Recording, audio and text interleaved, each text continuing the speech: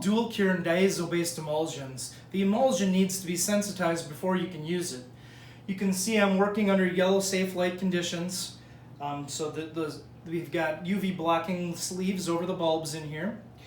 And I'm just going to go through the process of sensitizing this emulsion. This is a straight diazo emulsion. This is CP Tex. And I'm just going to go through that process for you right now. So I'm going to be sensitizing CP Tex for you. CP Tex is a straight diazo-based emulsion. I just have a quart of it here. This little bottle is the diazo. This is the sensitizer. It is a powder. And then the quart itself will have the unsensitized emulsion in it. So what I'll do is open up the emulsion. And I'm wearing gloves because diazo, if it gets on your skin, will definitely stain quite a bit. If it gets on your skin, your clothes, anything, it's going to stain really bad. So I like to wear gloves so I don't have yellow hands for the next couple weeks. Let's open it up, get the foil off the top. And then what I'm going to do is I'm going to fill this little bottle of diazo up to the shoulder right here with water. And in this cup, I just have some room temperature, just tap water.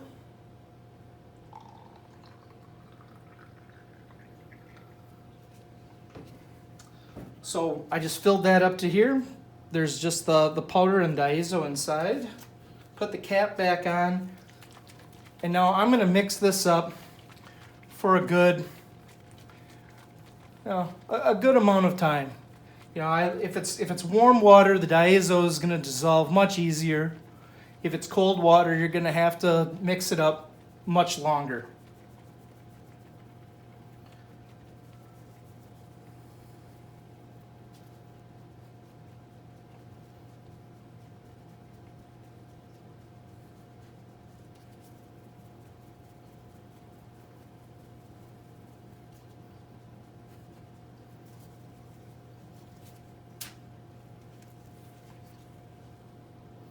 So now I'm going to pour that solution into the emulsion, making sure to get every last drop.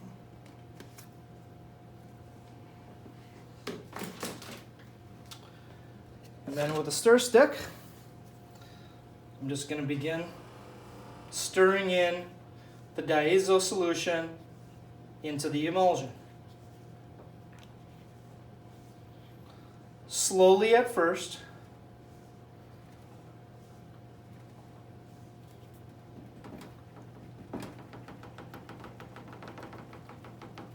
And then a little bit more vigorously.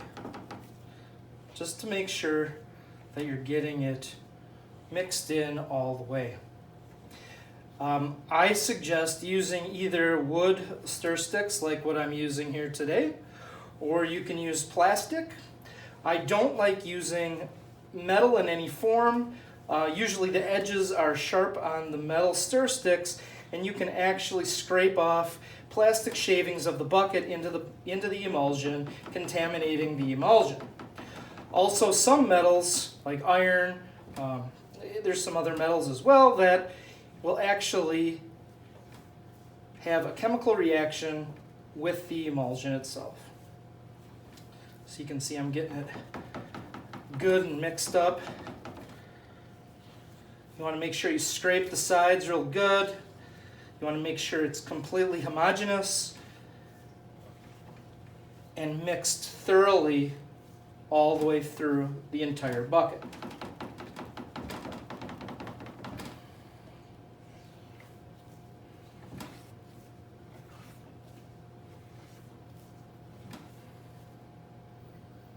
So after you mix the emulsion needs to sit and wait. It's going to go through a degassing phase, so there's bubbles that will form. In that degassing phase, all of those bubbles need to release out before you use the product. So I let it sit for at least a couple of hours typically. It's best if you can mix it the night before and use it the next day. But you want to make sure all those bubbles degas out of the emulsion. Otherwise, those bubbles, if they were to form in your screen as it was coated, those bubbles would translate into pinholes. So I just put the cap on loosely, and I'll let that sit for a couple hours, and it's good to go.